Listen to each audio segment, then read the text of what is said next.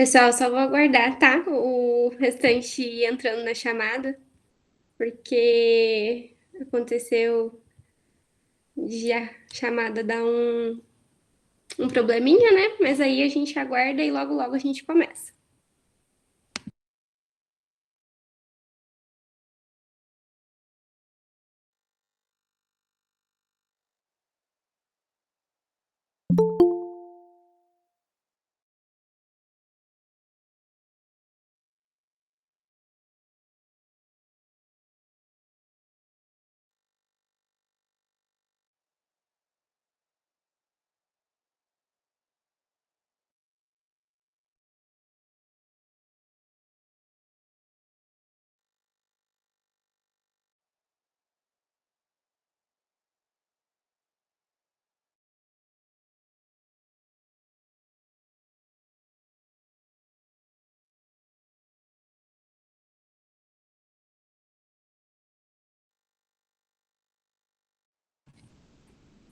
Boa noite, pessoal. Agora vocês conseguem me escutar direitinho? Tá tudo certo?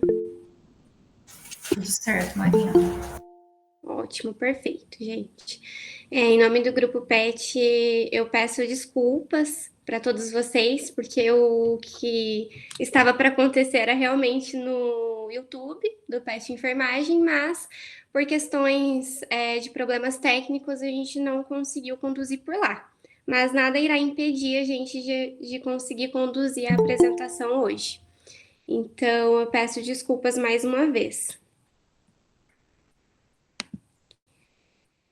Então, boa noite a todos e a todas. É com grande prazer que damos as boas-vindas ao evento PET baseado em evidências, inovações em pesquisa. Nós somos integrantes do programa de educação tutorial PET Enfermagem da Universidade Federal de Alfenas, que foi fundado em 1991. E o programa de educação tutorial, ele visa proporcionar uma formação abrangente, crítica e também reflexiva, justamente para capacitar os estudantes a se tornarem agentes de transformação dentro da sociedade. E as atividades que são realizadas no grupo são baseadas na indissociabilidade entre o ensino, a pesquisa e a extensão, promovendo a obtenção de conhecimento e também uma ampla gama de experiências, não apenas para os membros do PET, mas também para outros estudantes do curso e também da comunidade acadêmica da Unifal. Hoje teremos o prazer de assistir às apresentações das iniciações científicas que foram desenvolvidas pelos nossos petianos Cremilson de Paula Silva, Gabriela Borelli Oliveira e Yasmin Vieira da Silva. E em nome do PET Enfermagem, é com grande satisfação que eu declaro aberto o evento PET baseado em evidências e inovações em pesquisa. Gostaria de convidar o petiano Cremilson de Paula Silva para apresentar a sua pesquisa com o título Evidências de Validade e Precisão da Mindful Self-Care Brief entre cuidadores familiares de pessoas com câncer no Brasil, um estudo transversal. Cremilson, eu te passo a palavra agora. Fique à vontade para poder compartilhar os seus slides e dar início à sua explanação. Muito obrigado, viu, Marina? Eu vou compartilhar a tela aqui e aí, por gentileza, vocês me falam se está tudo ok em relação ao som, tudo ok em relação à apresentação. Certinho. Nós estamos conseguindo te ver e também ver a sua apresentação. Ela só está carregando. Perfeito. Bom, pessoal, então boa noite. Como a Marina mencionou, meu nome é Cremilson. Eu sou aluno do 9º período do curso de enfermagem, sou integrante do PET Enfermagem da Unifal, e é um prazer imenso apresentar os resultados do meu projeto de iniciação científica para vocês. O nome, do meu projeto é Evidências de Validade e Precisão da Mindful Self-Care Scale Brief entre cuidadores familiares de pessoas com câncer no Brasil. Esse estudo eu desenvolvi no Centro Interdisciplinar de Estudos em Cuidados Paliativos, vinculado à Liga Interdisciplinar de Cuidados Paliativos da Unifal. Aqui, pessoal, eu trouxe para vocês esse print aqui do artigo. Eu tive a oportunidade de publicar os resultados do projeto na revista de Cuidados Paliativos e de Suporte da Universidade de Cambridge. Eu deixei o QR Code para quem tiver interesse em acessar o material na íntegra, ok? Bom, Então, para iniciar, né, a apresentação, uma breve contextualização, falando um pouco em relação ao câncer.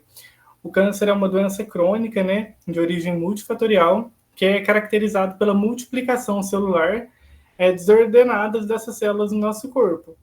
E essas células, né, anormais, elas têm a capacidade de invadir e destruir tecidos saudáveis, o que pode levar a danos, né, significativos no nosso organismo.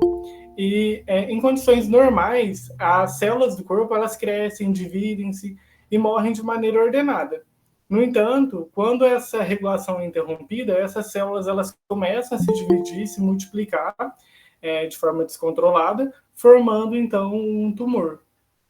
O câncer ele causa um impacto profundo e multifacetado na vida dos pacientes e também de seus familiares, em especial dos familiares cuidadores, que geralmente são os filhos, os pais, os familiares ali mais próximos que acabam assumindo essa tarefa de cuidar.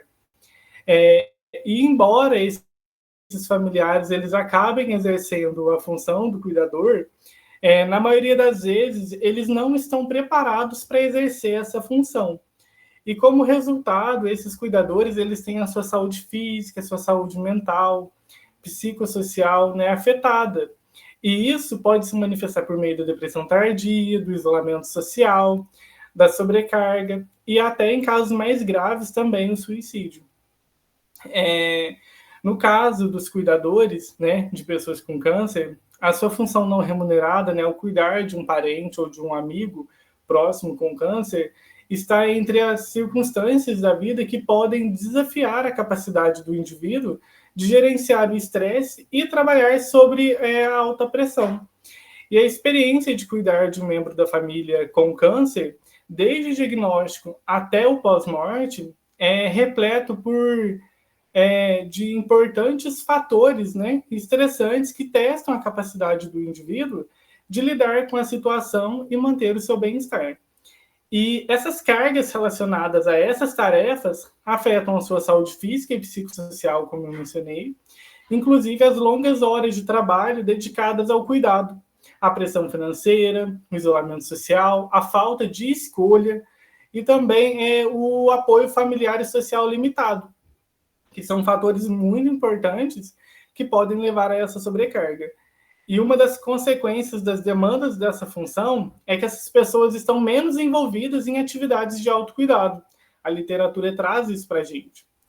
Com isso, então, algumas estratégias, como o autocuidado consciente, que seria a capacidade de se cuidar de forma consciente, a resiliência, né, a capacidade de lidar com situações difíceis, e o coping religioso e espiritual, que seria utilizar essas práticas religiosas e espirituais para lidar em determinadas situações, né? Elas melhoram a qualidade de vida e o funcionamento psicossocial dos cuidadores familiares e auxiliam também para a diminuição da percepção de sobrecarga, ajudando aí a reduzir o estresse, melhorar o bem-estar, né? Em diversos contextos e diversas culturas. Aqui, falando um pouquinho para vocês, mais especificamente em relação ao autocuidado consciente, que é o foco do meu trabalho, ele é definido como um comportamento auto-iniciado, que as pessoas decidem incorporar para promover, né, a boa saúde e o bem-estar geral. Ou seja, como eu mencionei, se cuidar de forma consciente. E o objetivo, então, do autocuidado consciente é atender as necessidades e demandas internas, né, que seria a consciência consciente, a autocompaixão e propósito, atender as necessidades e demandas externas, como os relacionamentos de apoio, estrutura de apoio, e atender as demandas externas e internas por meio da exposição, que seria os cuidados físicos e o relaxamento consciente. E o autocuidado consciente, pessoal, ele combina os princípios básicos do autocuidado, como, por exemplo, a alimentação saudável, a prática regular de atividade física e outras questões relacionadas à saúde com atos conscientes e calmantes, como, por exemplo, aí a autocompaixão, né? A prática de autoconsciência e manutenção do equilíbrio nos relacionamentos interpessoais de uma forma geral. Aqui, falando um pouquinho em relação à escala, né, um instrumento de autocuidado consciente, a Mindful Self-Care Scale Brief, dá um exemplo. Para que serve, né, inicialmente isso? para mensurar a nossa altura, a gente utiliza uma fita métrica, certo? Então, mas e aí, como que a gente faz para a gente mensurar o autocuidado consciente? É por meio de um instrumento, né? A Mindful Self-Care Scale, na tradução, né, escala de autocuidado consciente, aqui na versão breve, ela possui 24 itens e ela é oriunda da versão completa da escala de autocuidado consciente de 33 itens, que foi desenvolvida lá nos Estados Unidos no ano de 2018, e ela foi adaptada, traduzida, né, validada para a cultura brasileira, entre profissionais que atuam na área de cuidados paliativos.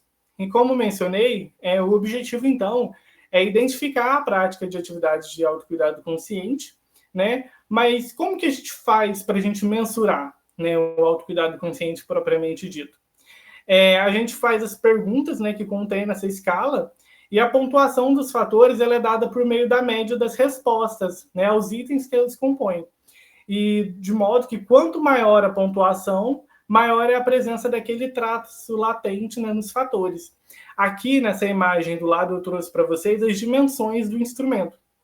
Então ele possui 6 dimensões, né, que são os cuidados físicos, relacionamentos de apoio, a consciência consciente, autocompaixão e propósito, o relaxamento consciente e a estrutura de apoio. Mais à frente eu vou explicar um pouquinho melhor para vocês em relação a isso, tá? O nosso estudo, então, ele foi aprovado pelo Comitê de Ética em Pesquisa da Universidade Federal de Alfenas, e todos os participantes, eles receberam informações por escrito sobre a pesquisa, né? Além de todos concederem o seu consentimento informado por escrito antes de iniciar a participação no estudo. Aqui, falando um pouquinho de como foi feita a coleta de dados, como critério de inclusão que a gente utilizou na nossa pesquisa foram as pessoas com idade igual ou superior a 18 anos, que exerciam a função de principal cuidador familiar de pessoas diagnosticadas com câncer e que eram atendidos por uma associação chamada Vida Viva. Inicialmente, a gente fez um teste piloto para a gente verificar se as perguntas estavam sendo feitas de forma adequada e se haveria necessidade de alguma manutenção, né, de alguma outra forma de abordagem. E esse teste piloto ele foi realizado com 30 participantes que atendiam a esses critérios de elegibilidade pré-estabelecidos. Por meio desse teste piloto, a gente identificou que não haveria necessidade de uma nova abordagem, então a gente prosseguiu com a coleta das informações. A gente utilizou como instrumento o questionário de dados demográficos, a escala de autocuidado consciente na versão breve, a versão breve da escala de resiliência na versão brasileira e a escala breve de coping religioso e espiritual também, tá? Em média, a coleta de dados ela durou aproximadamente uns 20 minutos lá no espaço. Aqui, pessoal, eu trouxe para vocês a caracterização da nossa amostra. Então, tivemos um N de 203 participantes, a maioria foram pessoas do gênero feminino, que se autodeclaravam como brancos, que eram esposos ou noivos, né, dos pacientes. Em relação à escolaridade, possuíam um ensino fundamental completo ou incompleto, assim como o ensino médio. E em relação ao estado civil, a maioria era casado ou apresentava união estável. E em se tratando da religião, as pessoas eram cristãs. E a gente fez uma pergunta para elas que era se elas se consideravam praticantes de sua religião. A maioria respondeu que sim. E aqui, pessoal, a média do tempo como cuidador foi de 2,6 anos, né? E quanto à dificuldade de cuidar de uma pessoa com câncer, em uma escala de 0 a 10, sendo 0 nada difícil e 10 extremamente difícil, né, excessivamente difícil, a média das respostas foi de 4,22.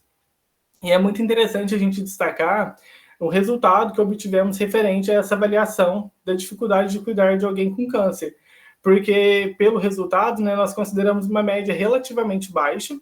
E é interessante porque alguns estudos na literatura, né, realizados com cuidadores informais brasileiros de pessoas em diálise renal, identificaram que a vivência da tarefa de cuidar ela é marcada pela dualidade. Então, por um lado, esses cuidadores eles reconhecem as restrições impostas pelas demandas de cuidado, né? E por outro, os significados atribuídos ao cuidado, né? Designado como uma obrigação, como um afeto, aprendizado e responsabilidade. E isso pode influenciar a percepção de sobrecarga, né?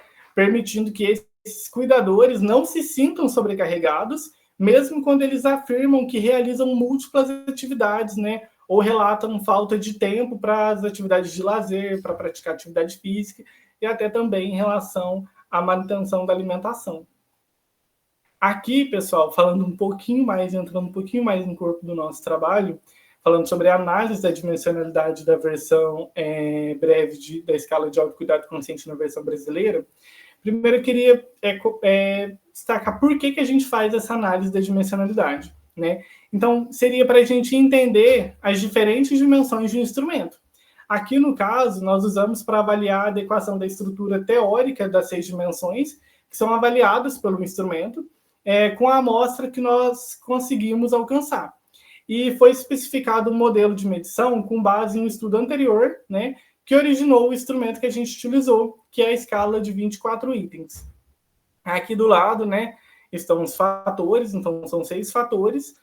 Fator 1 do item 1 ao 4, o 2 do item 5 ao 9, o 3 do 10 ao 13, o 4 do 14 ao 17, o 5 do 18 ao 21, o 6 do 22 ao 24. Então, para a gente fazer a coleta de dados, a gente utilizou um instrumento com 24 itens, que é da escala, né? Só que esse modelo, né, ele foi testado por meio da análise fatorial confirmatória. Nós fizemos essa análise para verificar se esse instrumento ele realmente mede essas dimensões que ele se propõe a mensurar. E de acordo com a análise que nós fizemos, né, os testes estatísticos, o modelo ele não foi identificado, né, e a convergência ela não foi obtida. Então, a gente prosseguiu aí pela análise fatorial exploratória e a gente utilizou o software SPSS da versão 21. E nessa análise, o índice de Kaysar, né, o KMO, né, de adequação da amostragem, ele foi igual a 0,79. E só para vocês entenderem um pouquinho melhor, esse índice ele é uma média, uma medida, na verdade, né, que é utilizada em análises fatoriais e de componentes principais para avaliar a adequação da amostragem e a adequação dos dados para as análises. Ele ajuda a determinar se esses dados eles são apropriados para a aplicação dessas técnicas, né, que seriam as análises fatoriais de redução de dimensionalidade, com o intuito de identificar alguns padrões, né, em conjuntos com os dados dessas múltiplas variáveis. No nosso estudo, como mencionei, esse índice ele foi de 0,79, que indica uma boa adequação, que indica a relevância da utilização da análise fatorial exploratória na busca de fatores latentes. E as informações iniciais sobre o número de fatores a serem extraídos, elas foram obtidas dos autovalores iniciais, que eram maiores ou iguais a 1. E foi definido que, para ser aceito, essa solução fatorial ela deveria apresentar itens agrupados em fatores com razoabilidade interpretativa, né, razoabilidade teórica, e saturação maior ou igual a 0,30. Os resultados que podem sustentar os argumentos a favor da evidência de validade baseada na estrutura interna da escala de autocuidado consciente na versão breve brasileira são relativas a uma versão de 19 itens que, quando agrupados em 6 fatores latentes, eles explicaram 46,47% da variância. Aqui, pessoal, eu trouxe para vocês, então, nessa tabela, os itens que foram excluídos após essa análise da versão brasileira, né? Então, inicialmente, ela tinha 24 itens e, após essa análise, a gente ela manifestou, então, 19 itens. 4 deles, né, o item 1, o item 13, o item 17 e o 21, eles foram excluídos porque eles não apresentavam a razoabilidade teórica, né, que era esperado. E aí, por exemplo, aqui o item 1, fiz algo criativo para relaxar. Por exemplo, desenhei, toquei um instrumento, escrevi de forma criativa, cantei e organizei. A gente esperava, teoricamente, que ele se enquadrasse na dimensão relaxamento consciente. No entanto, após a análise, ele foi para cuidados físicos. Assim como o item 13, por exemplo, o 17 e o 21. Então, ele não apresentou essa razoabilidade teórica que a gente esperava. O item 5 ele foi excluído por quê? Porque ele não apresentou, né, uma carga fatorial maior ou igual a 0,30 em nenhum dos fatores. Aí, por isso que esses cinco itens eles foram excluídos. Aqui, pessoal, falando um pouquinho sobre os fatores, né, da escala, após a análise, o instrumento ele apresentou 19 itens, né, como eu mencionei para vocês anteriormente, e essa solução fatorial ela reproduziu 79,2% da estrutura esperada teoricamente, apresentando consistência interna adequada. Nessa tabela que eu trouxe para vocês, ela mostra os valores do alfa de Cronbach, dos fatores da de autocuidado consciente, considerando a versão original, de 33 itens, que foi desenvolvido no ano de 2018, a versão brasileira desse instrumento, de 33 itens, que foi desenvolvido em 2022 entre profissionais que atuam na área de cuidados paliativos, a versão reduzida de 24 itens, que é a que nós utilizamos para fazer a coleta dos dados, e a versão brasileira reduzida de 19 itens, que é referente ao meu estudo, tá? Aqui, como vocês podem observar. Aqui nessa tabela 4, pessoal, o que a gente pode observar? A avaliação da validade baseada nessas relações, né, com medidas externas, da escala breve de coping religioso espiritual e da escala breve de autocuidado consciente, ela confirmou uma associação dos scores de fatores, dos seus fatores, né? Com o score tanto da de autocuidado consciente quanto da de coping religioso espiritual, de modo que foram encontradas associações na direção e magnitude esperado teoricamente. No entanto, é importante a gente ressaltar que, em geral, essas correlações elas foram inferiores a 0,4, né, como a gente consegue observar, e os fatores relacionamentos de apoio, consciência consciente, autocompaixão e propósito, relaxamento consciente e estrutura de apoio, eles mostraram uma associação direta com o coping religioso espiritual positivo. E os fatores relaxamento consciente, relacionamento de apoio e consciência consciente, eles foram inversamente associados ao coping religioso espiritual negativo. Aqui é importante frisar que existe muito pouco estudo, né, que investiga a associação entre o autocuidado consciente, né, e a espiritualidade. No caso, a gente não conseguiu identificar nenhum que avaliasse a relação entre essas duas variáveis. E nós entendemos que é possível, né, para indivíduos que praticam o autocuidado consciente, né, que envolve essa atenção plena, como mencionei, a autocompaixão, encontrar na espiritualidade ou na prática religiosa uma fonte significativa de apoio e orientação. É possível que a integração dessas práticas, né, de autocuidado consciente com aspectos espirituais resulte em benefícios psicológicos, benefícios emocionais, incluindo também um sentido mais, como posso falar, um sentido mais profundo, né, de propósito na vida e uma capacidade fortalecida de lidar com os desafios existenciais. No entanto, né, a natureza dessa relação ela pode variar amplamente, né, de acordo com cada pessoa, e vai depender aí das crenças religiosas, né, das crenças espirituais de cada um, e também do nível de envolvimento nessas práticas de autocuidado, como já mencionei para vocês. Aqui, pessoal, então, só para concluir, né, esse estudo que nós realizamos, ele desempenha um papel muito importante na compreensão e na promoção do bem-estar dos cuidadores brasileiros de pessoas com câncer, né? Considerando que, até onde a gente sabe, esse é o primeiro instrumento desenvolvido para avaliar o autocuidado consciente, né, que foi validado para a cultura brasileira, para essa população, né, para os cuidadores de pessoas com câncer. E os resultados desse estudo, eles sugerem que a escala breve, né, de autocuidado consciente na versão brasileira de 19 itens é um instrumento válido, né, confiável e culturalmente apropriado para avaliar as práticas de autocuidado consciente entre os cuidadores familiares de pessoas com câncer no Brasil. Embora a escala, o instrumento original, né, de 33 itens, ele tenha mostrado uma evidência muito boa de validade, a versão abreviada, né, que é essa, ela é uma medida mais concisa, né, que pode ser utilizada para evitar a fadiga, né, do respondente, né, seja tanto em contexto clínico, né, ou até mesmo em contexto de pesquisa. Aqui, pessoal, eu deixo as referências que eu utilizei para elaborar os slides. Eu agradeço, então, a minha orientadora, né, Ana Cláudia Mesquita Garcia, a Elisa Mara da Chaga Paiva, né, doutoranda de enfermagem, que me auxiliou nesse processo, o Denismar Nogueira, que foi quem ajudou a gente nessa parte de estatística, ao Centro Interdisciplinar de Estudos em Cuidados Paliativos, do qual eu faço parte, e também o Programa de Educação Tutorial em Enfermagem, o PET, por sempre estar incentivando a gente a desenvolver pesquisa, sempre estar incentivando a gente a aprender muito, né? Eu deixo aqui o meu contato para quem tiver dúvida, para quem tiver interesse em conhecer um pouquinho mais sobre o meu trabalho. E desde já, pessoal, muitíssimo obrigado, viu, pela atenção.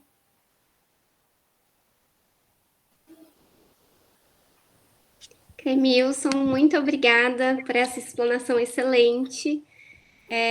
Como a sua orientadora, Ana Cláudia, não pôde estar presente devido a algumas questões pessoais, a gente abre a fala agora para a professora doutora Érica Chaves, que é a tutora do grupo PET. Boa noite a todos.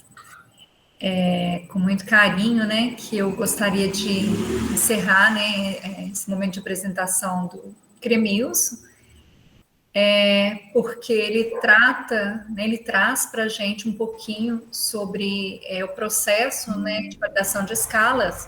Os estudos metodológicos são extremamente importantes, né, para a nossa ciência, e mesmo porque construir um instrumento do zero, né, é tão oneroso e trabalhoso que justifica o processo de validação, né, tradução e validação dos instrumentos que já existem, né, para o nosso cenário brasileiro. Nesse sentido, assim, a gente só tem que parabenizar o Clemilson por esse estudo. A gente sabe que é um estudo muito robusto de estatística, e por ser robusto de estatística, ele demanda uma intensidade, né, de trabalho maior, né, e a gente sabe disso. Então, o processo de pesquisa, quando envolve estudos metodológicos, ele é um pouco mais complicado, né, vamos dizer assim. Então, o Cremilson venceu aí um desafio, um belo desafio. O tema é extremamente importante, né, o fenômeno, né, nós sabemos que o processo de cuidar, e eu posso dizer isso por experiência, é um processo que é bastante desgastante, né, para a pessoa que cuida, né, ele é sofrido muitas vezes, principalmente quando você está cuidando de uma pessoa no processo de terminalidade da vida, né, então é um processo extremamente sofrido. Então, assim, parabéns pela temática, parabéns pelo processo de pesquisa que você construiu aí, Cremilson. A gente só pode dizer assim, que você está coroando a sua passagem pelo PET com muito êxito. Mas eu não posso deixar de perguntar, e aí, né, a Marina ainda não colocou, as perguntas vão poder ser realizadas aí no chat, mas eu não posso deixar de perguntar, Cremilson, o que trouxe para o Cremilson, quanto acadêmico, o processo de construir uma pesquisa metodológica, e aí, mais ainda, o processo de construir um artigo e publicar um artigo. Conta para a gente. Érica, bom, primeiramente, eu gostaria de agradecer pelos seus comentários. Você é uma pessoa muito querida.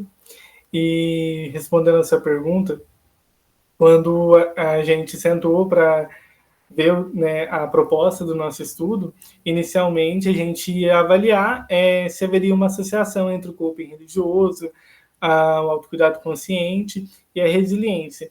E aí, né, devido aos nossos resultados, a gente partiu aí para essa parte de validação do instrumento. Quando a gente, né, após a análise, identificou que seria essa a vertente do trabalho, eu confesso que eu fiquei com um pouco de medo, porque essa parte estatística é uma parte muito complexa, muito difícil. Mas quando a gente sentou, a gente começou a escrever, a gente começou a entender os dados e a buscar na literatura as melhores evidências para a gente conseguir construir uma boa discussão em cima daquilo, né, que a gente conseguiu encontrar, foi algo muito gratificante.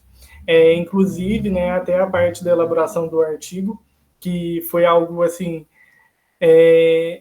indescritível, eu posso dizer, porque quando a gente conseguiu obter esses resultados, eu nunca pensei que eu ainda na graduação conseguiria desenvolver um estudo, né, dessa magnitude, dessa importância, né, para a nossa sociedade, né, para os cuidadores, né, enfim.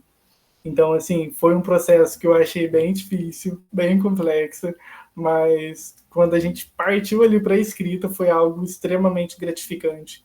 Eu, assim, pensando, essa parte da pesquisa, Érica, ela contribuiu não apenas para a minha parte acadêmica, sabe? Durante as entrevistas, né? Cada entrevista que eu tive com cada pessoa foi algo que ficou marcado de um jeito muito bonito no meu coração. Né? Cada pessoa que eu tive a oportunidade de conversar ali, que pôde deixar um pouquinho de si para mim, foi algo que eu vou levar para o resto da minha vida. E isso foi possível por meio da pesquisa, né? Por meio desse incentivo em realizar esse estudo. Então, assim, foi algo extremamente gratificante. Muito obrigada, Clemilson. Fico muito feliz. Está de parabéns. Eu acho que agora pode passar os questionamentos, Marina, para o pessoal que está participando. Pessoal, agora a gente abre, né, um momento para que vocês possam fazer as perguntas para o Petiano Cremilson em relação à apresentação, ou até mesmo em relação à pesquisa. Vocês podem ficar à vontade, tanto para colocar as perguntas aqui no chat, quanto também para abrir o microfone e fazer a pergunta diretamente para ele. Creio. Qual foi a parte mais difícil do desenvolvimento do projeto? Gabi, acabei de ler aqui sua mensagem. A parte mais difícil do desenvolvimento do projeto foi fazer a coleta de dados, sabe? Porque a gente teve um N muito grande, né, de 203 participantes. Então, tinha dias, né, que por conta do nosso tempo muito limitado da faculdade, por conta das aulas, por conta dos projetos, acabava que a gente tinha que conciliar o pouco tempo que a gente tinha ali com o horário para fazer a coleta. Então, foi algo que eu, particularmente, achei mais difícil, foi conseguir um tempo para ir lá, sabe? E a gente fez essa coleta por um período, se não me engano, de alguns meses, né? E aí, nas férias, eu fiz a coleta e foi algo que foi mais leve, porque como eu estava de férias, né, não estava tendo aula, foi algo mais tranquilo, mas quando a gente começou, eu sinto que esse foi um desafio muito grande.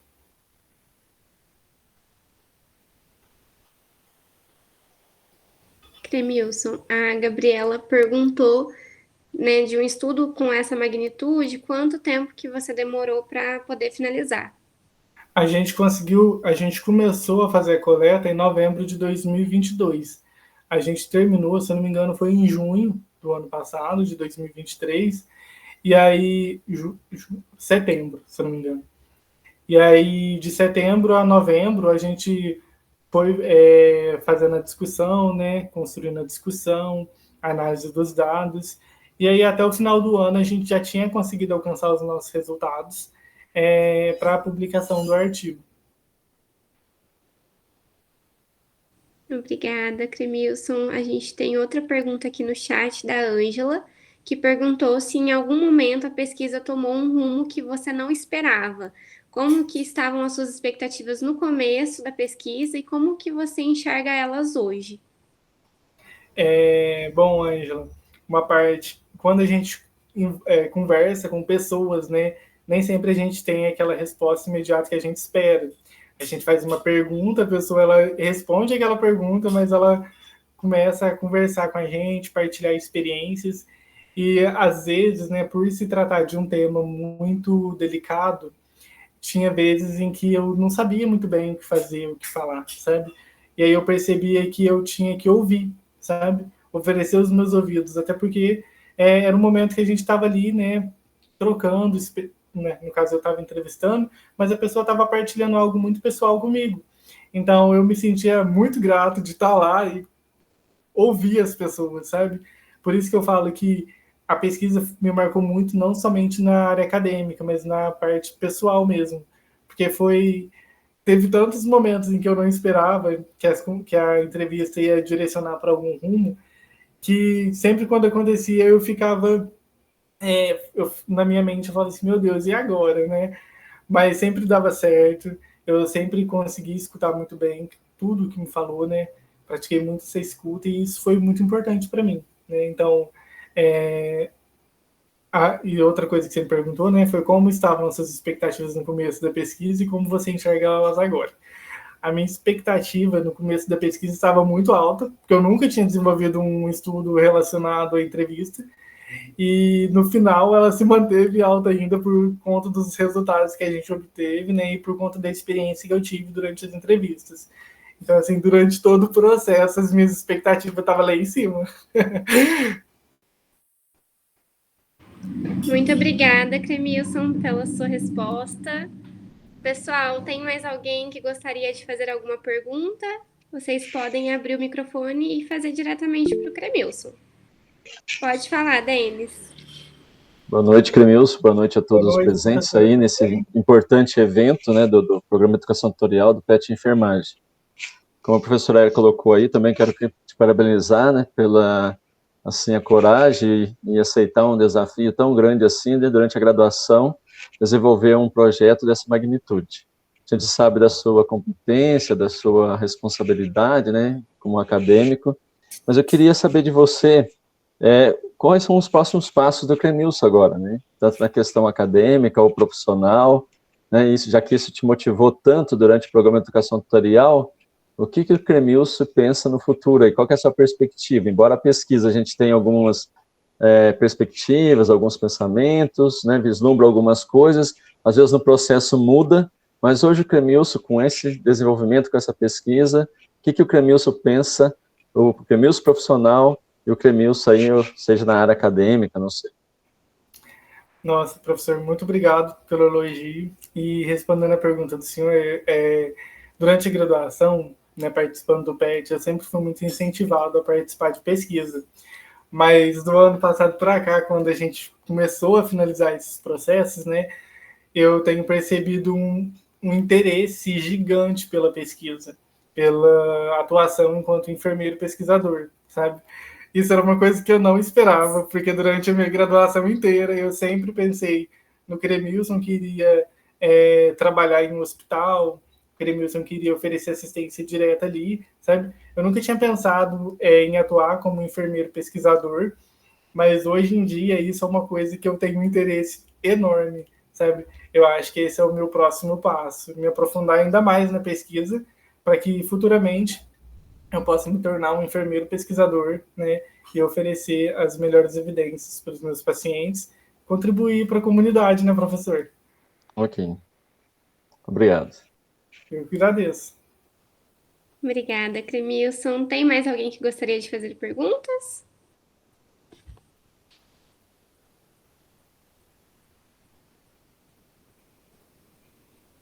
Acredito que não, né? O pessoal está comentando ali no chat, agradecendo, né, pela linda explanação, elogiando também. Estão com muito orgulho de você, Crê. Muito obrigado, Mari. Pessoal, muito pelos comentários. Eu espero que tenha ficado um pouquinho dessa pesquisa no coração de vocês, porque ela domina o meu coração. Então, que nessa noite eu possa ter contribuído um pouquinho com vocês, viu? Muitíssimo obrigado. Obrigado, Marina. Obrigado, Érica, por sempre ter me incentivado na luta pelaquilo que eu acredito. A senhora é uma mulher inspiradora. Me orgulho muito de ser aluno da senhora. Obrigada pelo carinho, Cremilson. Obrigada, Cremilson. Se você puder, por favor, retirar a apresentação. Obrigada. Então, gente, vamos dar continuidade ao evento de hoje. E é com muito prazer que convidamos a petiana Gabriela Borelli Oliveira para apresentar a sua pesquisa intitulada Espiritualidade e Religiosidade de Pessoas Privadas de Liberdade em um Município do Sul de Minas Gerais. Gabriela, fique à vontade para poder compartilhar os seus slides e também iniciar a sua explanação. Certinho, Mari, obrigada. Boa noite, gente. Eu vou apresentar até só um segundo.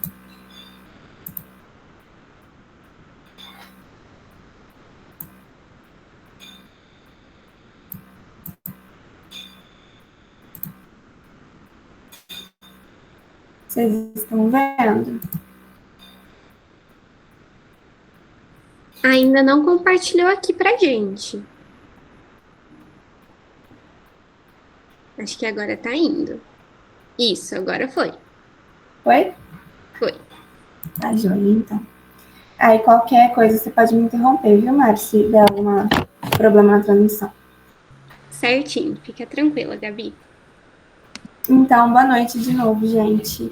Meu nome é Gabriela Borelli, estou no 9º período e último da graduação em enfermagem. E durante o meu processo, né, no curso, esse foi o meu primeiro contato com a pesquisa. Então, eu comecei essa pesquisa, já tinha uns dados colhidos, e aí eu fiquei encarregada de analisar alguma parte interessante desses dados e produzir essa pesquisa. Então, ela é intitulada Espiritualidade e Religiosidade de Pessoas Privadas de Liberdade em um município do sul de Minas Gerais. Eu fiz com a ajuda da professora e orientadora Vânia Regina Pressão. Então, eu vou dar uma breve introduzida, falar sobre os objetivos, o método, resultados e concluir, trazendo as referências. Para começar, introduzir bem do comecinho mesmo, a minha pesquisa foi gerada a partir de um projeto de extensão, que ele é intitulado Ações Dialógicas no Presídio de Alfenas, Educação e Transformação Social. É um projeto que trata de uma ação de intervenção socioeducativa, que ela é realizada lá na penitenciária aqui de Alfenas, e teve início em 2019, e visa contribuir para a inclusão, reinclusão social dos internos e dar um suporte, um apoio aos familiares que precisem.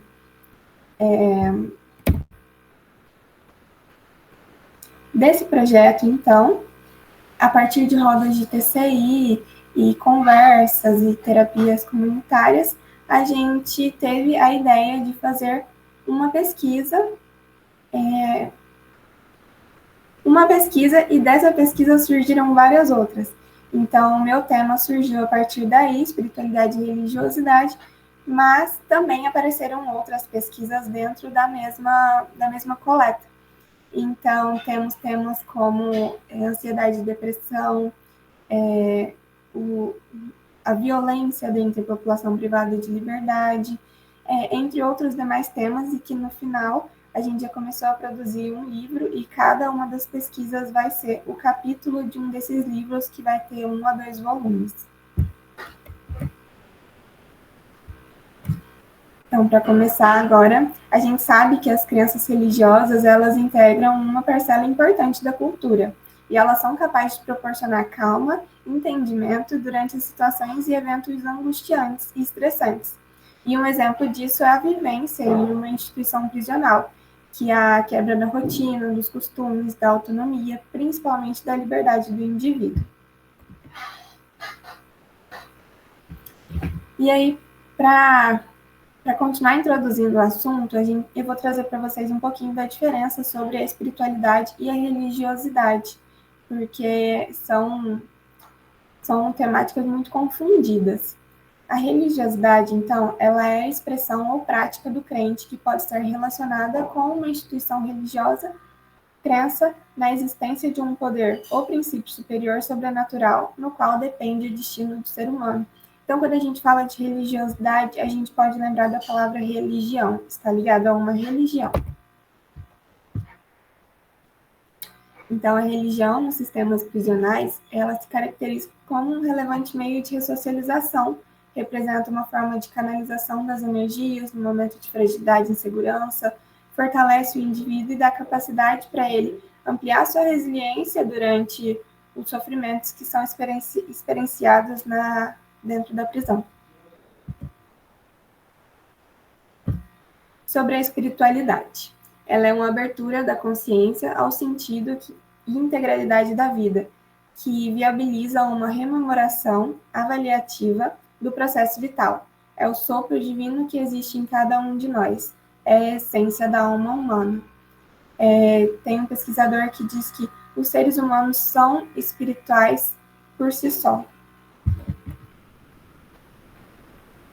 Então, a espiritualidade não está obrigatoriamente associada a uma religião ou a um Deus específico, dado que o ser humano inerentemente já é por si só um ser espiritual, uma vez que a competência de autoconsciência e autorreflexão já existe intrínseca dentro dele mesmo. Aí a gente aborda agora por que do ambiente prisional, né? Então, a gente sabe que a instituição prisional já é um ambiente hostil e que nele existe a maior susceptibilidade de desenvolver problemas relacionados à saúde física e mental. Eu trouxe essa referência, ele é um livro da Fiocruz, ele chama Deserdados Sociais, Condições de Vida e Saúde dos Presos no Estado do Rio de Janeiro. E nele aborda principalmente a vida na prisão voltada para a saúde física, mental e ambiental dessa população. Então, é uma referência de 2015, em que a gente se embasou e que também é muito interessante a leitura. Qual foi o objetivo? Então, como objetivo principal, a gente avaliou a religiosidade e a sua importância na vida de 481 pessoas privadas de liberdade dentro de um presídio no município de Minas Gerais.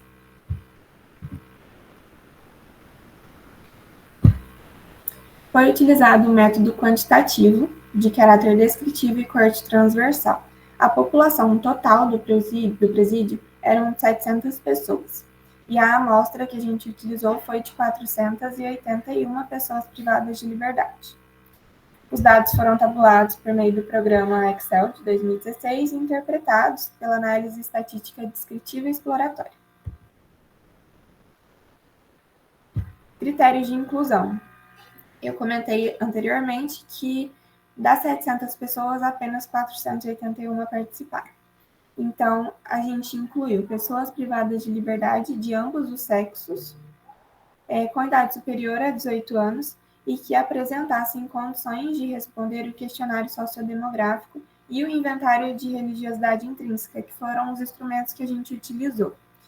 Como assim condições de responder o questionário e o inventário? Existem pessoas que realmente não querem participar das pesquisas, existem pessoas que não tinham alfabetização para conseguir ler e interpretar as questões da pesquisa, né? E essa parte mesmo do entendimento, apesar de terem pessoas alfabetizadas, muitas delas não tinham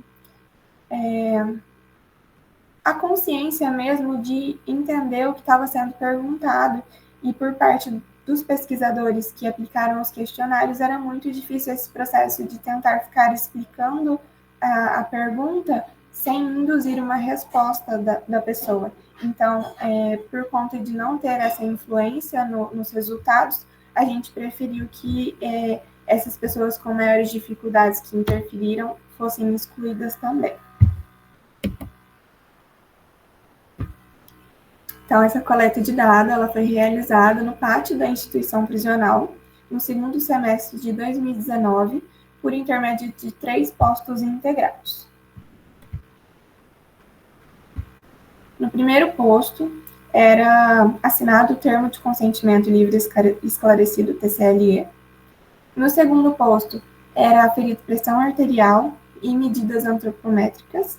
Lembra que eu comentei no começo que foram feitas outras pesquisas a partir dessa mesma coleta de dados? Então, é aí que entra também. Saíram pesquisas de doenças crônicas também no meio.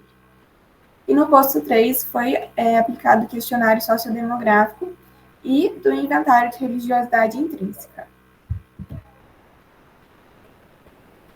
O que era esse inventário de religiosidade, esse IRI? Ele é composto por 10 perguntas de múltipla escolha e as alternativas variam de acordo com os scores. O número 1 representa nunca ou nada, o 2 raramente ou pouco, o 3 ocasionalmente ou médio, 4 frequentemente e muito, e o 5 sempre e extremamente. Então, essas perguntas eram respondidas de acordo com esse nível que ia de 1 a 5. Trouxe para vocês também as perguntas do questionário. A primeira, você acredita na existência de Deus ou entidade superior? Sua crença religiosa é extremamente importante para você? 3. Sua crença religiosa é uma fonte de conforto para você? 4. Sua crença religiosa provê sentido e propósito para sua vida? 5. Sua crença religiosa é uma importante parte de você enquanto pessoa? 6. Sua crença religiosa é fonte de inspiração para sua vida? 7. Seu relacionamento com um Deus e entidade superior é extremamente importante para você? E 8. Você acredita na força de sua oração? 9. Você acredita na ocorrência de milagres? 10. Deus, entidade superior, é fonte de benefícios em sua vida e nas dos outros? Então, conforme a gente ia aplicando esse inventário, as pessoas respondiam de 1 a 5, aumentando, né, do menor para o maior, o índice de influência da religiosidade na vida delas. E esse inventário, ele é de 2012.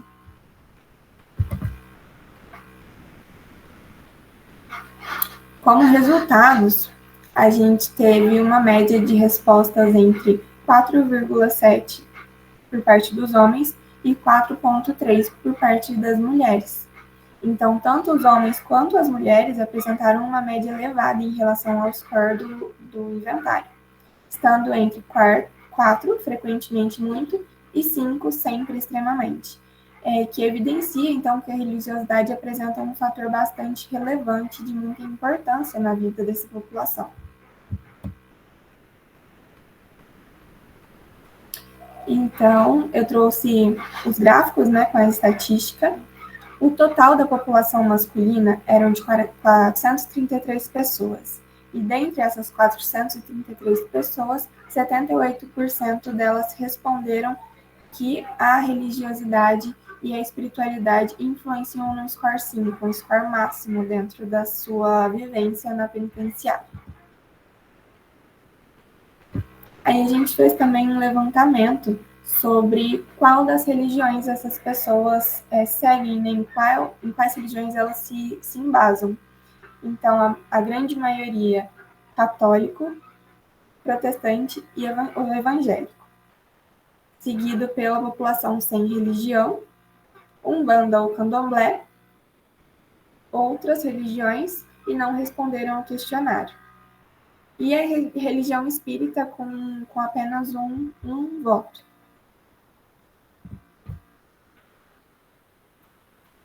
Por parte da população feminina, foram entrevistadas, né, 48 detentas, e dentre essas 48, 53% delas apresentou um score de nível 5.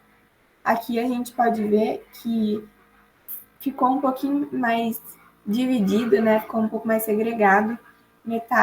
Praticamente metade, né, 53% votaram no 5 como extremamente sempre, e grande parte também no 1, raramente. Então, a gente consegue avaliar essa diferença tanto do sexo feminino quanto do sexo masculino, que a gente acreditava era uma proposição de que as mulheres eram mais apegadas à religião, e não é o contrário, os homens que são mais apegados.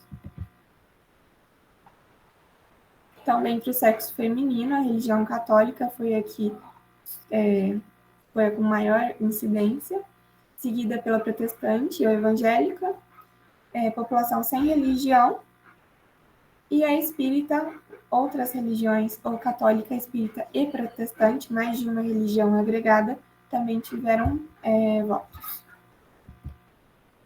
Ok, isso é o que eu encontrei na internet. Sobre a relação entre o tempo de cárcere e a religiosidade. Dentro do questionário, do questionário socioeconômico, sociodemográfico, a gente conseguiu fazer uma relação entre o tempo de cárcere e a religiosidade dessas pessoas. Então, ao avaliar o tempo, a gente constatou que a maioria dos indivíduos que estavam privados de liberdade em menos de 1 ano relataram não possuir religião.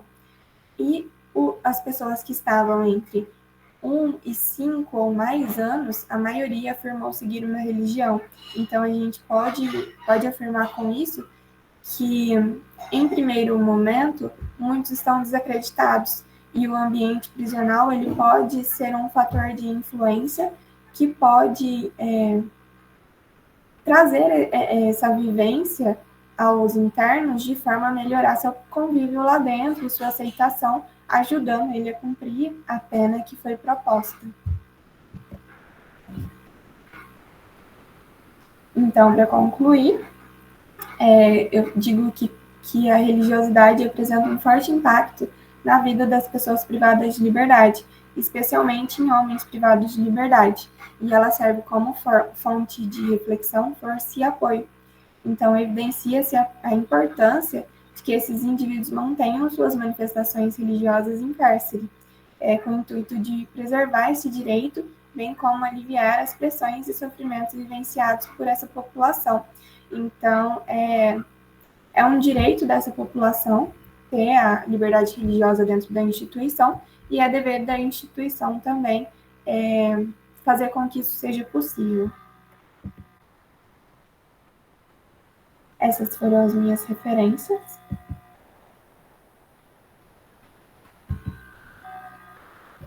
E eu queria agradecer a todos que estão aqui, a Isabela Del Moro, que formou ano passado, mas foi ela que me convidou a escrever junto com ela essa pesquisa.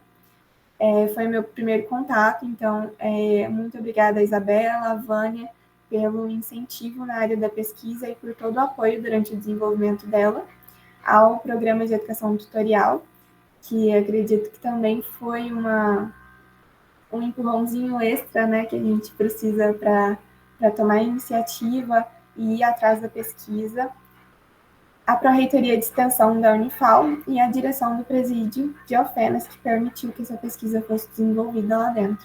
Eu deixei meu e-mail para contato, caso alguém tenha interesse em ler o texto na íntegra. E é isso, pessoal. Muito obrigada. Muito obrigada, Gabriela. A gente agradece e parabeniza você por essa apresentação excelente. E para fechar a explanação desse estudo, nós abrimos a fala para a tutora Érica, mais uma vez. Obrigada mais uma vez. Gabi, parabéns pela apresentação, tá? Foi muito boa a sua apresentação. Parabéns pela pesquisa. Eu, particularmente, eu sou suspeita, porque é uma temática que eu amo, né? Eu trabalho com espiritualidade desde o meu doutorado, né, há muitos anos, e é um tema, assim, que gosto muito. Mesmo porque somos seres espirituais, independente se temos ou não religião ou crença, né? Somos seres biopsíquicos sócio-espirituais. E as crenças, a religiosidade, ela é uma dimensão da espiritualidade que influencia a forma com que a pessoa vive e a forma com que a pessoa enfrenta seus desafios do dia a dia, né? E nós sabemos que você trabalha com uma população que enfrenta cada dia um desafio novo, né? Em busca, né, de um bem maior.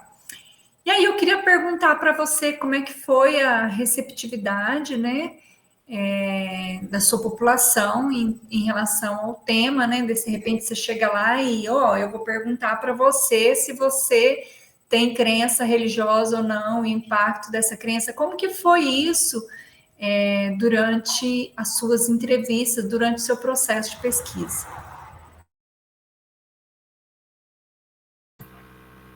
Vocês me ouvem? Sim. Muito obrigada, Érica. Como eu comentei no comecinho, quando eu entrei na graduação, essa pesquisa já tinha... Eu entrei em 2020, então a coleta de dados já tinha sido feita por conta do projeto ter começado no final de 2019. Então, a gente tinha ficado com esses dados parados, pandemia, 2020 e 2021, e retomamos no finalzinho de 2021 com esses dados, já sem acesso ao presídio por conta da pandemia mesmo, para poder, assim, interpretar e tentar entender como que isso seria escrito. Então, eu não participei da coleta, mas pelo que eu conversei com a Vânia e com a Isabela, elas comentaram que eles são muito receptivos e são muito religiosos também. Então, dentro desse projeto de extensão, elas conseguiam interagir mais com eles e tomar mais liberdade com eles em relação a conversa e compartilhamento de histórias por parte da religião. E ela era um fator muito... que era muito visível. A religiosidade era tudo que eles diziam era com influência dele.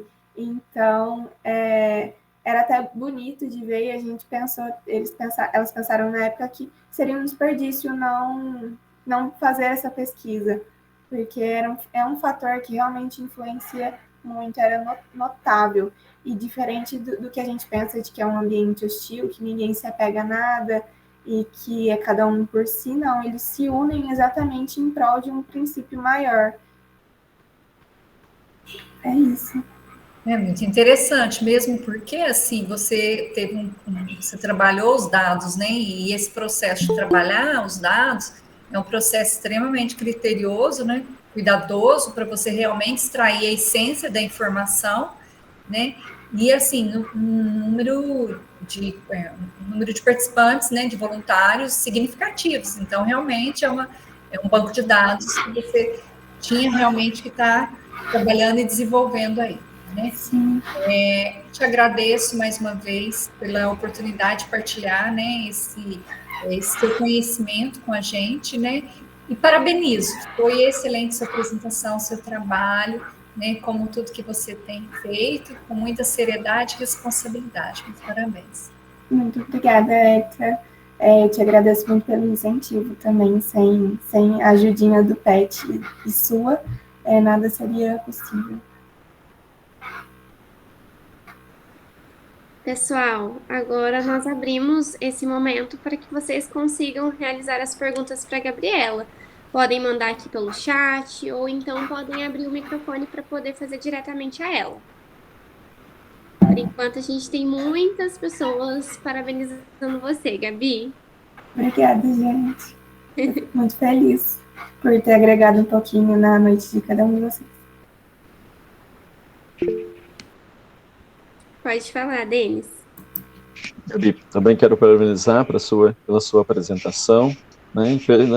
Mesmo tanto, como a professora Érica colocou aí, que você trabalhou com os dados, né? Não é nada fácil, ainda mais que você não coletou, né? Então você ter a disposição e também ter assim o discernimento e a imersão nesses dados e trazer a essência, como a professora Érica colocou, não é nada fácil. Né? Para quem coleta já não é fácil, imagina para quem não coletou, já pegar um banco de dados e ali, né, se debruçar nesses dados e tirar ali a essência daquelas informações.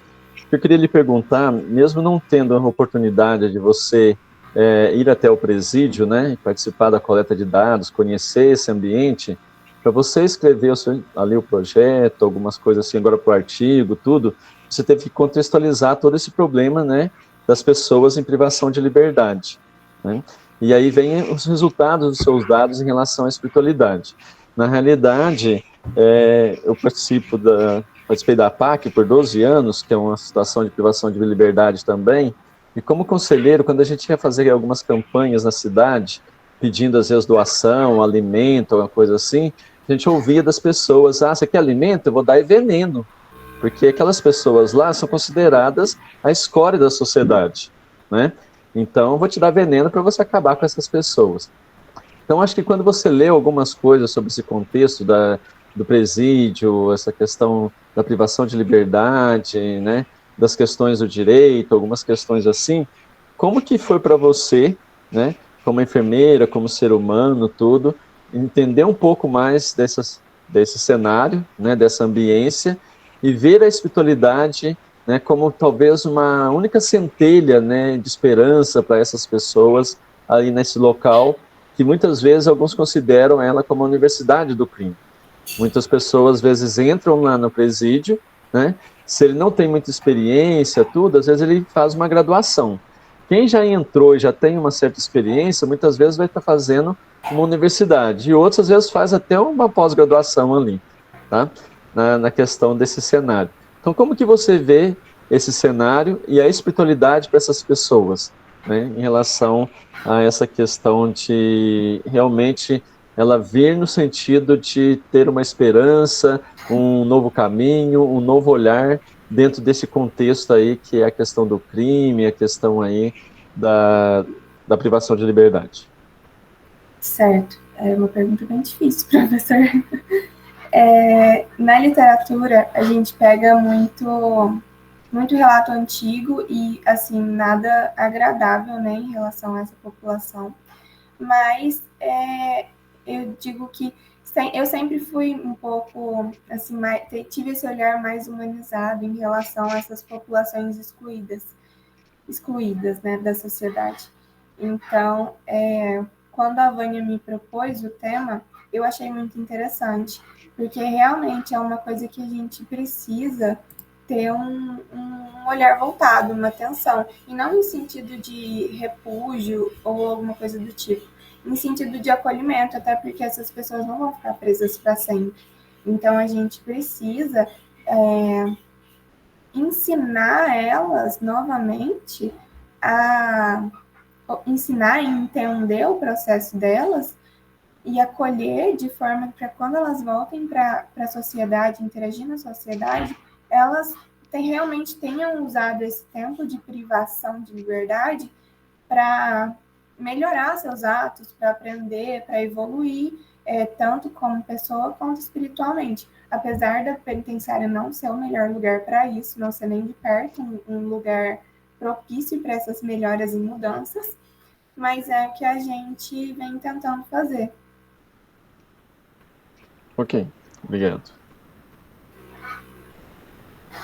Pessoal, mas alguém gostaria de fazer perguntas? Podem abrir o microfone, não precisam ter vergonha.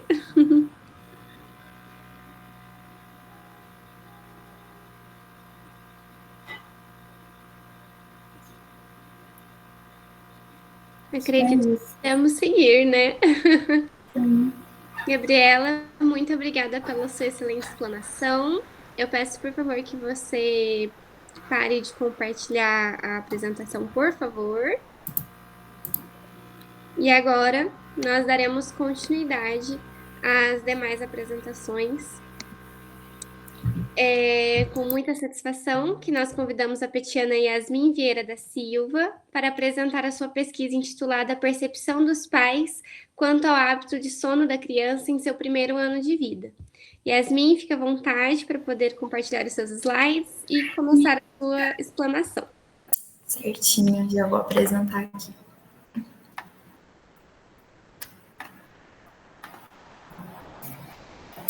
Vocês só me confirmam se está dando para ver a tela. Tá dando sim. Conseguimos ver você, te ouvir e também ver a sua apresentação. Beleza, então. Boa noite, gente. Prazer, meu nome é Yasmin. Sou estudante de enfermagem do 9º período. Faço parte do PET também já faz uns 2 anos. E hoje eu vim apresentar para vocês o meu projeto, que é Percepções dos Pais quanto ao hábito de sono da criança em seu primeiro ano de vida. Essa pesquisa eu venho desenvolvendo já faz alguns anos e finalmente a gente está finalizando. Aqui está o sumário de apresentação. E para começar a falar sobre o tema, queria explicar um pouquinho para vocês sobre o sono. O sono é uma necessidade fisiológica importante para a saúde e bem-estar tanto dos adultos, mas principalmente das crianças, visto que ele está relacionado ao equilíbrio físico e à regulação emocional comportamental. Então, vou explicar um pouquinho sobre a questão da fisiologia aqui para vocês, né? O nosso organismo, ele funciona a partir de um ritmo circadiano. Esse ritmo, ele dura, 24 horas e é dividido em sono e vigília. O sono, ele normalmente acontece durante a noite, até por conta da questão do escuro, da noite, e a vigília é durante o dia, na qual a gente consegue fazer as nossas atividades. E falando especificamente do sono, ele é dividido em duas fases. A gente tem o sono REM, que é do inglês Rapid Eye Movement. Esse sono é o movimento rápido dos olhos. Então, geralmente é quando acontece os nossos sonhos, né? E é aquele sono no qual a gente acorda, a gente desperta mais facilmente, né? Então, geralmente acontece ali bem no finalzinho do sono, quando a gente já vai acordar, já vai amanhecendo o dia, a gente tem maior quantidade desse sono REM. E a gente tem também o sono não REM, que é o Not Rapid Eye Movement, que é o sono de ondas lentas. Geralmente, né, nos adultos, a gente tem a maior prevalência desse sono não REM, e ele realmente é aquele sono mais profundo, aquele sono que vai fazer a gente descansar. Porém, nos recém-nascidos, esse ritmo circadiano ele ainda está em desenvolvimento. Então, os episódios eles vão prevalecer pela maior parte do tempo na fase REM. Né? Então, é por isso que o bebê ele vai ter maiores despertes durante a noite. É justamente porque o ritmo circadiano ainda não se desenvolveu. E, né, durante o sono, nas primeiras horas, principalmente, a gente tem a secreção de vários hormônios importantes, principalmente ali para os RNs, como, por exemplo, o hormônio do crescimento, né, conhecido como GH. Esse hormônio ele é responsável por estimular o aumento do crescimento ósseo e de células musculares, além de aumentar a síntese de proteínas e a utilização de reservas de gordura como fonte de energia. Então, é muito importante que a criança ela tenha uma quantidade desse hormônio no organismo que é sintetizado quando ela está dormindo. Então, porque vai auxiliar tanto no processo de crescimento quanto de desenvolvimento. Visto isso, né, a gente ainda percebe, né, durante a nossa prática da enfermagem, no estágio, a gente vê que é um grande desafio para as mães e os pais de RN, crianças, visto que vários fatores podem estar influenciando na qualidade desse sono pediátrico. Então, hábitos e rotinas podem interferir, o estresse dos pais, principalmente ali da mãe nesses primeiros dias, né, pós-parto, no puerpério, a gente tem muita alteração hormonal, muita coisa acontecendo ali com a mãe, então acaba que isso pode interferir tanto no sono dela quanto do próprio filho, toda a estrutura familiar e do ambiente, e também o contexto socioeconômico. Outro assunto relevante, né, que eu achei importante a gente destacar, é o uso de aparelhos eletrônicos, como, por exemplo, o celular, televisão.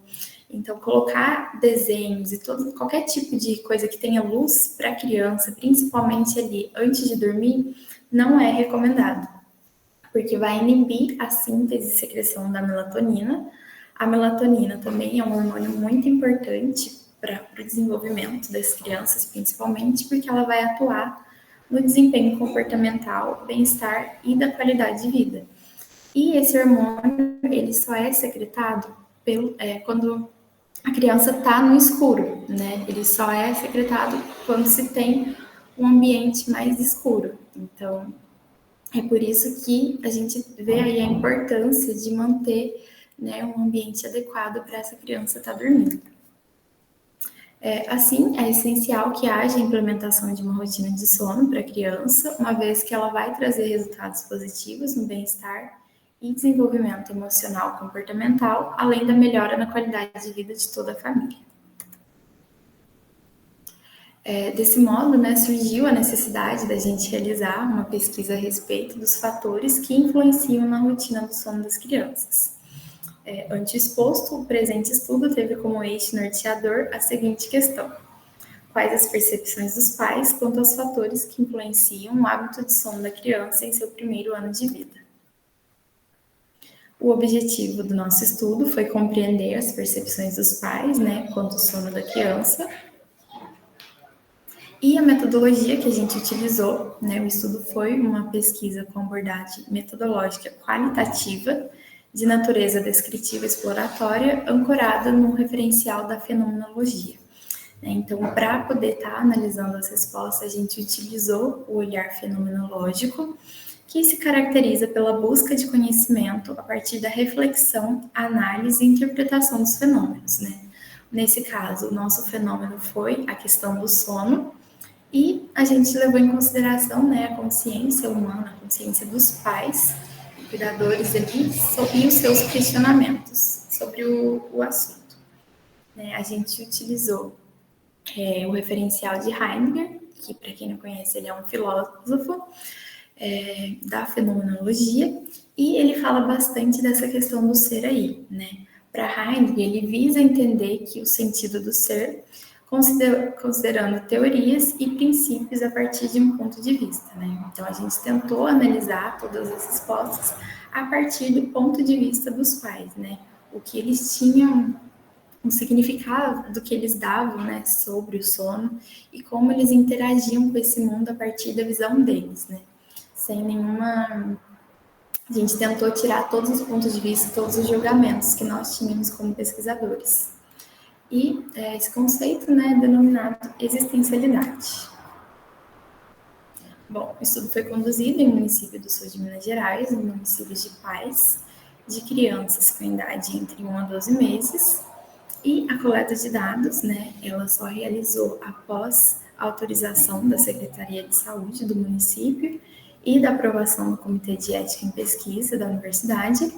E, enfim, a gente começou, né, a busca dos participantes. Então, primeiramente, a gente fez um levantamento dos endereços dos pais das crianças adscritas na estratégia de saúde da família, e a gente acabou utilizando bastante a questão dos ACS, né? A gente precisou muito da ajuda dos agentes comunitários, porque eles que fizeram esse levantamento para a gente, das crianças nessa faixa etária, e foi passando para que a gente começasse já os primeiros contatos, né? Então, a gente contatou via telefone, marcamos a visita domiciliária, e na visita a gente utilizou a estratégia de entrevista aberta com os pais em sua própria residência, para que eles se sentissem mais seguros e mais confiantes. Então, durante a entrevista, né, a gente utilizou o seguinte questionamento. Me conte como tem sido o sono de seu filho. As entrevistas elas foram todas gravadas com autorização dos participantes e posteriormente transcritas para análise. Em relação aos resultados em discussão, né, os participantes da pesquisa foram 14 pais, pai ou mãe. Alguns foram excluídos da amostra por conta de hospitalização e comorbidades, né, que estava como critério de exclusão do nosso estudo. E a maioria dos participantes foram pais com faixa etária de 20 a 33 anos, que tinham ensino médio completo, estado civil solteiro e número de filhos de 1 a 3. Para poder analisar esses dados, né, a gente dividiu essas entrevistas em duas categorias temáticas, de acordo, né, com o referencial da fenomenologia. A primeira é vivenciando o sono do filho, do nascer ao primeiro ano de vida, e a segunda sobre as desorientações no cuidado do sono da criança pelos profissionais da saúde. Então, a primeira categoria a gente dividiu em 3 subcategorias, e a primeira delas é fragilidade do sono, desafios e sobrecarga dos pais. Então, o que a gente percebeu nesse primeiro momento? Que os pais, principalmente ali nos primeiros dias, primeiros meses, quando sai da maternidade e vai para casa, eles se sentiam muito frustrados em relação ao sono, né? A gente teve relato de pais que se sentiram sobrecarregados, irritados e ainda preocupados, né? Porque eles ficavam com medo de não estar cuidando direito, medo da criança estar com dor. Então, foram muitos relatos, né, dessa frustração dos pais. Então, aqui a gente deixou algumas falas. Então, no começo foi bem difícil, eu fiquei 1 mês sem dormir direito, porque ela acordava muito para mamar. Os 90 dias são os mais difíceis, porque é a fase de adaptação tanto para o bebê quanto para os pais. Outra experiência negativa, né, que foi vivenciada pelos pais se refere ao despertar várias vezes à noite e o filho se apresentar agitado e choroso. Então, muitos pais eles se sentiam perdidos e não sabiam o que fazer quando o filho acordava várias vezes à noite. Eles ficavam com muito medo, né? Então, aqui, o sono dele é bem complicado, eu acho que ele dorme bem pouco. Essa noite mesmo ele acordou e gritava. Eu pensei que fosse pesadelo, porque ele chorou bastante. Eu tive até que tirar do berço e colocar comigo para dormir. Ah, no começo estava bom, agora à noite não tá muito bom não. Tá acordando bastante, bastante agitado. E por último, a gente percebeu que todos esses desafios que eles estavam passando estavam trazendo consequências para a qualidade de vida dos próprios pais. Então, o que eles relataram para a gente foi: tem dia que eu acordo arrebentada, quando eu fico dormindo, minhas costas doem, sabe? Aí eu acordo com uma dor nas costas e cansada. O sono dele não é muito bom, não, e por conta disso, eu acordo estressada e cansada. Então, a gente percebe que isso estava prejudicando também a qualidade de vida dos pais, porque se eles não dormem direito, consequentemente, né, eles vão acordar mais indispostos e com mais dificuldades ali para se cuidar e também cuidar dos seus filhos. Mas, por outro lado, né, mesmo que em menor evidência, algumas mães elas relataram não ter problema nenhum, visto que já tinham conhecimento da rotina e das práticas advindas de gestações anteriores, que colaboraram nesse processo. Então, a gente percebeu que os pais que já tinham 2, 3 ou até mais filhos, eles não tiveram muitas dificuldades em relação ao sono, justamente pela questão da experiência pessoal. Na segunda subcategoria, né, a gente colocou a adaptação da criança à vida extrauterina. Então, a gente percebeu que, após esse período de adaptação, que normalmente dura entre 1 a 2 meses, o sono ele vai ficando mais tranquilo, né, e com menos despertares à noite. Então, aqui a gente trouxe alguns relatos também. Há 1 mês atrás, ela tem dormido muito bem, e eu também, pois se ela dorme, eu também durmo. O sono dele tem sido tranquilo, ele acorda de 3 a 4 vezes à noite, mas é só para mamar ou quando faz xixi ou cocô. Tem sido bem tranquilo, ela dorme bem o dia e a noite inteira. À noite só acorda de 2 a 3 vezes para mamar, ela é muito tranquila. Então a gente vai percebendo que o próprio bebê, ele já vai criando associações, tipo, acordar só para mamar ou para fazer xixi.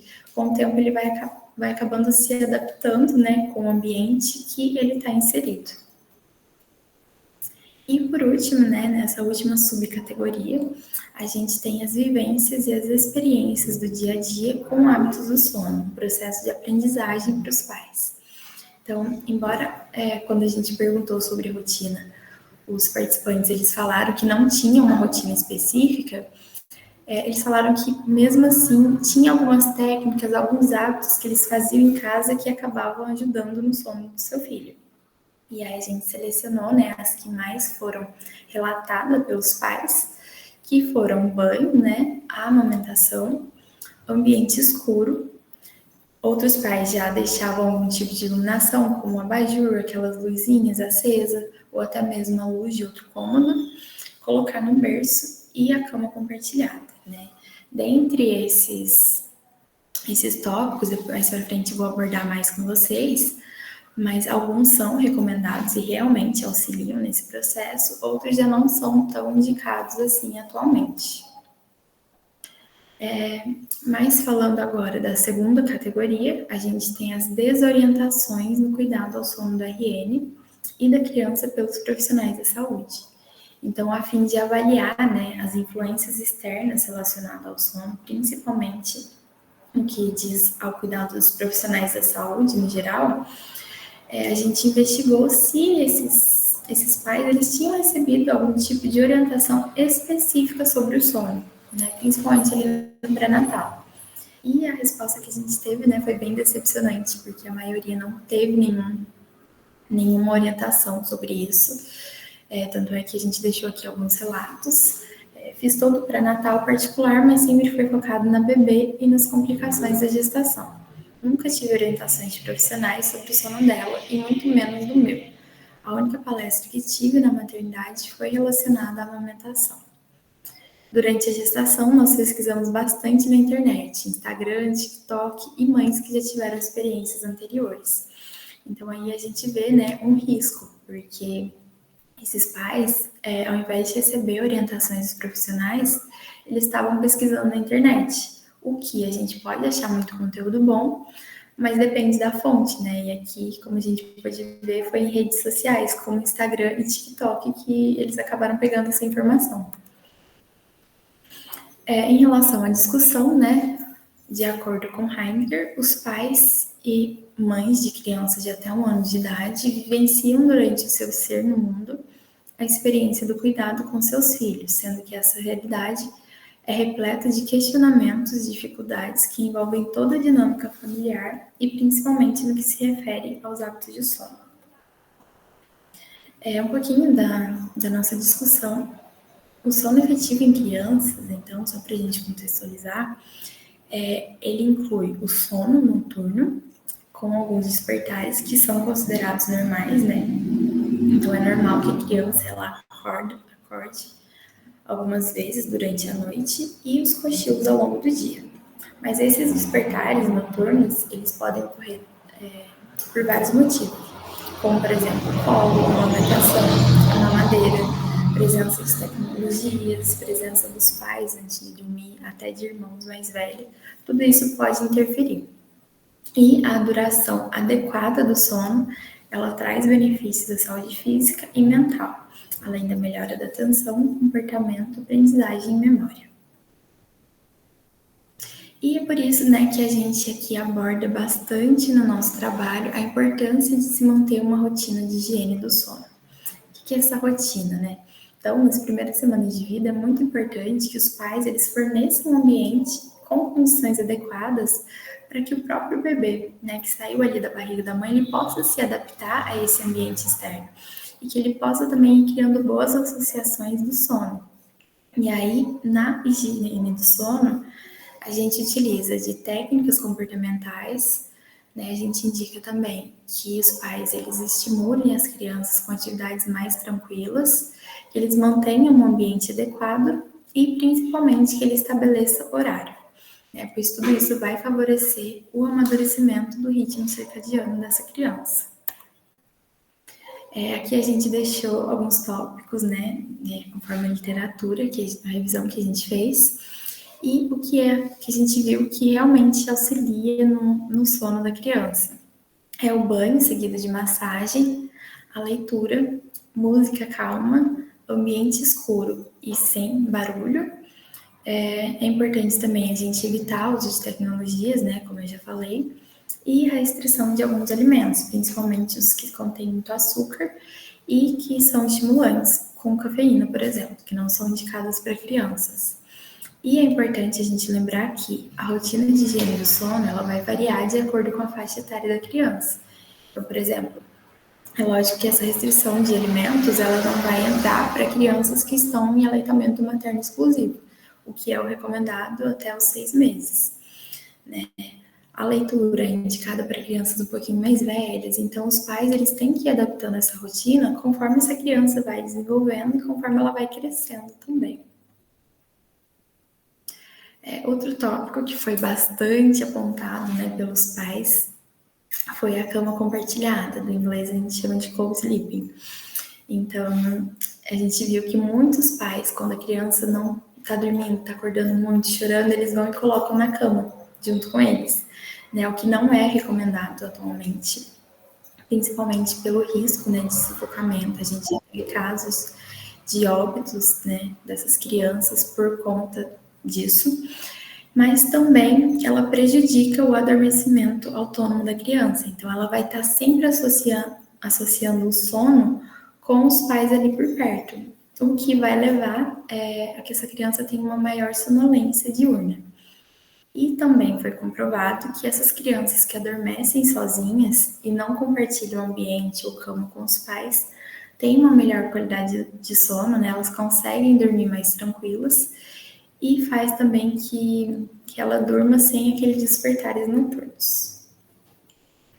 Então, a gente percebeu, né, uma grande falha nesse processo de orientação, um fator bem preocupante, porque 71,4% dos participantes não tiveram nenhum tipo de instrução durante as consultas de pré-natal, né, tanto de médico quanto de enfermeiro, não tiveram nenhuma orientação. E a gente percebeu que a internet foi o principal meio de obtenção de informação desses pais, né? A gente sabe que a internet atualmente, ela é o principal meio de informação, né? Porém, a gente, mesmo que ela tenha muito conteúdo bom, muitas informações relevantes, a gente sabe que tem muita fake news, né? informações imprecisas que podem trazer consequências para essa família, né? Então, a gente considera aí um risco para a saúde pública também. Por isso que a gente enfatiza, né, a importância dos programas de educação em saúde, tanto na atenção primária como em hospitais e maternidades, para que a gente possa compreender as necessidades físicas e emocionais e sociais do casal, de todo o contexto ali familiar que aquela criança está inserida, a fim de que a gente esclareça todas as dúvidas e realmente passe uma orientação, né, para já prevenir esses problemas do sono, que, né, podem acabar se prolongando, né, com o crescimento da criança e trazer sérias consequências ali. E também, né, a importância do sono, ela deve ser abordada em todas as consultas de puericultura, juntamente com a avaliação do desenvolvimento e crescimento dessa criança. Por fim, né, embora a maioria dos pais não aplique uma rotina de sono específica, né, a gente percebeu que alguns sim utilizam algumas medidas que auxiliam no sono dos seus filhos, mas que ainda tem umas dificuldades, tem umas coisinhas que eles têm que melhorar, né? E tudo isso se explica pela escassez das orientações pelos profissionais de saúde. Então, os resultados desse estudo destacam a importância da implementação de uma rotina efetiva do sono e da atuação dos profissionais da saúde nesse processo. Bom, gente, a minha apresentação foi essa. Queria agradecer a todos pela atenção.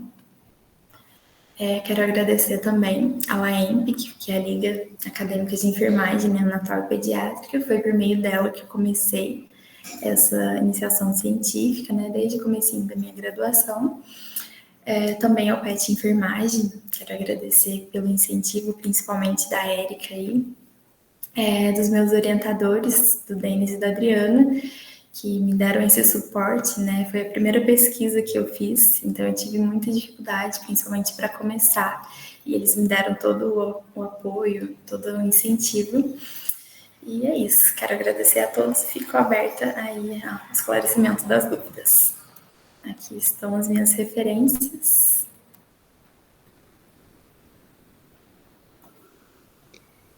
Yasmin, gostaríamos de agradecer e parabenizar pela sua excelente explanação.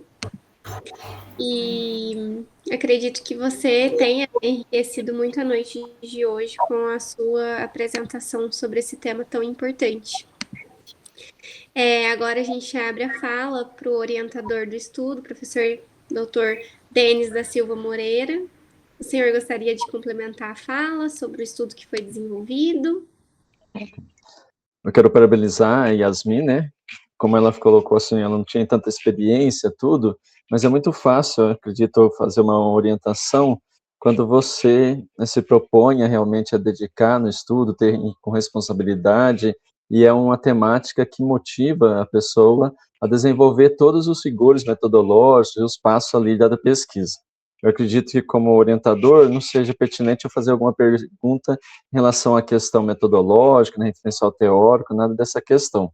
Acho que a Yasmin, ela colocou muito bem, estava muito segura na sua apresentação, né, colocou todos os passos que foram desenvolvidos, todos os resultados que ela conseguiu alcançar na interpretação, né, das falas ali desses participantes aí dessa pesquisa. O que eu queria perguntar para a Yasmin e colocar é como que a gente está num evento, né, de PET baseado em evidência, tem muitas pessoas aí que às vezes estão começando essa trajetória em relação à pesquisa. Como que foi para você desenvolver essa pesquisa, tá, dessa temática, e como acadêmica de enfermagem, futura enfermeira, com esse resultado onde mais de 70% das pessoas relataram que não tem nenhuma orientação em relação a essa questão da pesquisa, do cuidado, né, da higiene, do sono, que é algo tão importante nesse primeiro ano de vida dos pais aí, nessa primeira experiência, principalmente aqueles pais de primeira viagem, né? Então, como que foi para você isso, né? E também, qual que é como eu falei com o Clemilson lá, qual que é a sua perspectiva, né, de futuro aí, da futura enfermeira Yasmin ou pesquisadora Yasmin? Tá? Bom, eu gostei demais de fazer essa pesquisa, né? Principalmente porque é uma área que eu gosto muito, de saúde materna e infantil. E para mim foi incrível desde o começo, né? Tanto a parte de selecionar os artigos e estar lendo, pesquisando na literatura, né? O que realmente estava em falta, né? Eu gostei demais, principalmente da questão das entrevistas, né? No qual eu fui na casa dos pais e vi realmente a necessidade dessas famílias, né? Em relação ao sono. E eu senti que eles puderam, né? Se abrir com outras coisas também. Então, eu vi que a importância da enfermagem ali no cuidado, nessa promoção da saúde, né? Às vezes a questão do escutar, né?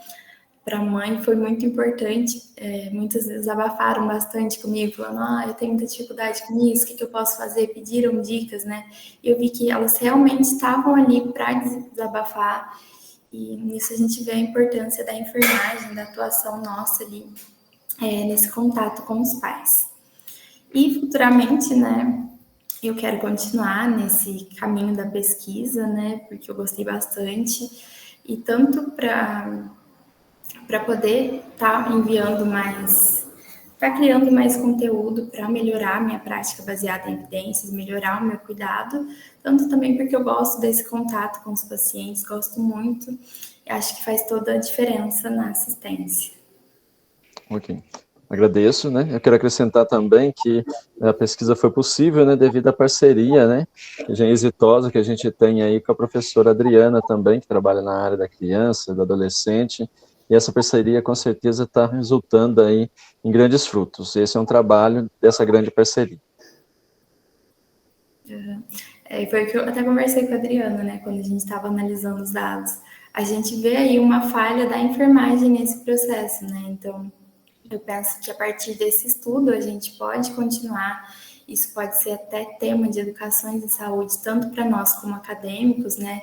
Para ir para o pessoal que ainda está agora na graduação, tanto para os enfermeiros, né? Que já são formados, que já estão na área, porque muitas vezes a gente foca é só na amamentação, foca em outros tópicos e acaba deixando o sono de lado. Então, foi importante a gente ver que realmente tem uma falha nesse processo, né? No que se diz, né, relacionado ao sono.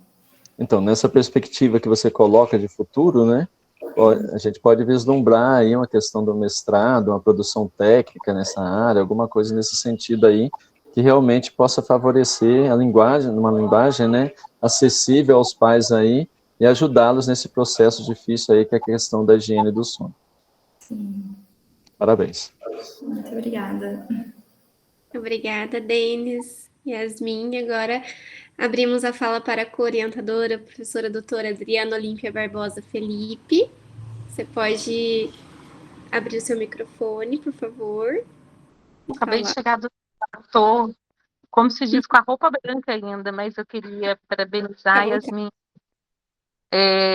Foi um trabalho, né, que você fez desde o início, né, desde a introdução, a coleta, né.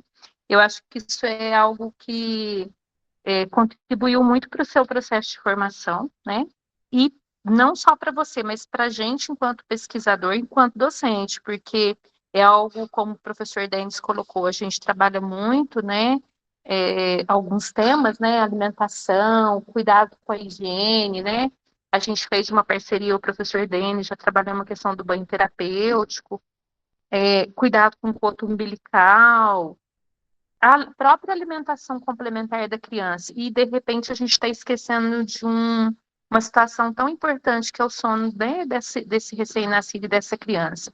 Porque isso influencia diretamente a qualidade de vida, como, né, os pais trouxeram aí no resultado. Então, acho que foi importante a sua pesquisa, né? Eu vejo que a Yasmin, apesar de ser a primeira pesquisa dela, ela tem um processo de compromisso, de responsabilidade, né? E isso contribui muito porque ela já vem com a questão pronta, né? Então, a gente precisa só norteá-la e o restante ela consegue, né, cumprir, né, com muito êxito o trabalho dela. Então, parabéns, Yasmin, foi muito bom trabalhar com você e com o professor Denis aí nessa pesquisa, tá bom? Muito obrigada, Adriana. Obrigada, Adriana. Yasmin também. Agora, nós convidamos a professora Érica, que é a tutora do grupo, para poder abordar um pouquinho sobre a apresentação. Quero te parabenizar, Yas, pela brilhante apresentação. Nos trouxe um momento assim de muita paz, né? Muito calma para falar, né? Muito bom te ouvir, uma delícia. Ficaria aqui a noite inteira te ouvindo. Parabéns, sua apresentação foi excelente. Seu trabalho é de muito valor, né? Assim, uma metodologia muito robusta, né? Acompanhamento muito robusto. Então a gente só tem que parabenizar. Mas eu gostaria também de pontuar, né? A importância do PET baseado em evidência dentro da comunidade acadêmica, né? Porque é um momento ímpar que o petiano ele traz, né? O resultado daquilo que ele construiu durante o período que ele esteve como petiano no grupo, né? E esse momento ele já é um momento que tem tanto a finalidade de trazer para a comunidade um feedback, né, daquela bolsa que ele recebe como petiano, como também dos resultados da pesquisa, né, do impacto desses resultados para a comunidade científica, como também para preparar o petiano para um futuro, né, que pode ser uma pós-graduação, e aí ele ter, né, já um preparo, né, uma prévia do que é uma defesa, por exemplo, de um mestrado.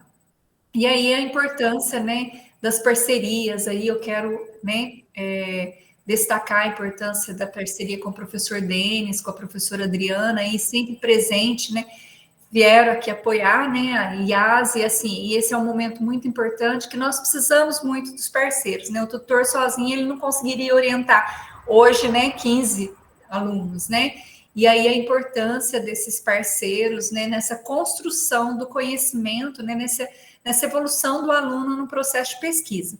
Então, assim, a gente registra aqui, né, o nosso profundo agradecimento por essa parceria. É muito importante para a gente que vocês, né, estejam do nosso lado, para que o aluno possa, né, ele é um serzinho ali, um diamante a ser lapidado, né, e isso é importante, a presença de vocês. Registro também a presença do professor Fábio, né, que ele está sempre, no nosso PET baseado em evidência, o professor Fábio está sempre aí presente, nos prestigiando, e é um prazer vê-lo ali no chat, ver ali no grupo, né? Porque a gente sabe que um pouco disso que vocês trazem, um pouco não, muito disso que vocês trazem, vem lá da disciplina que o professor começa lá no início, né?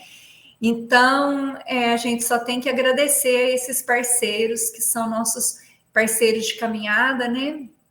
Durante o processo de construção do conhecimento. E mais uma vez, Yas, parabéns, tá? Sucesso na sua vida profissional, que Deus te abençoe muito.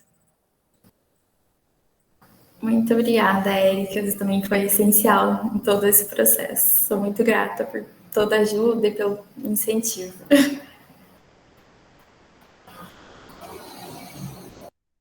Obrigada, Érica, obrigada mais uma vez, Yasmin. Agora a gente abre esse momento para que vocês possam fazer as perguntas para a Petiana e Yasmin. Vocês podem ficar à vontade para poder fazer a pergunta pelo chat ou então abrir o microfone para fazer diretamente a ela. Pega lá para essa nova vez. A Maria.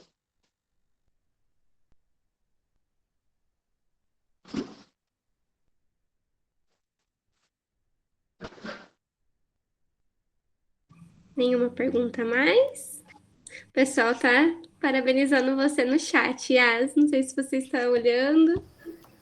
Estou de olho aqui. Gente. Todo mundo parabenizando. E elogiando a sua apresentação e a sua pesquisa desenvolvida.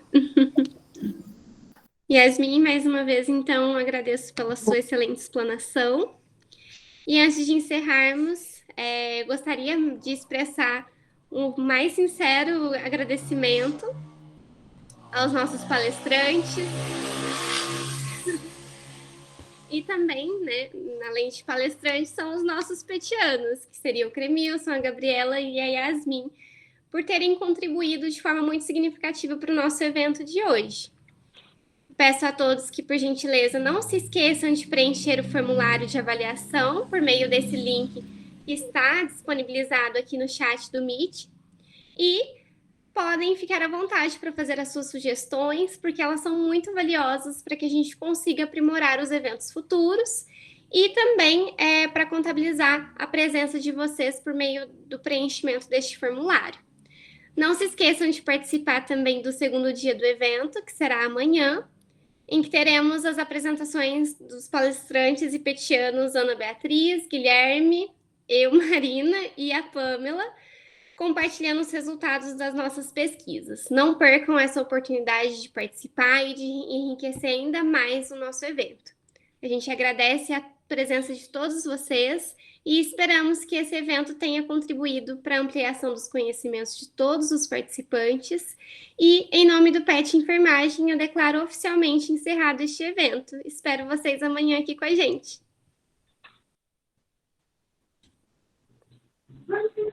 Oi!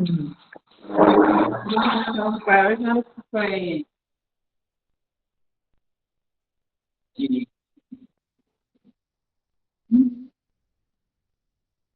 de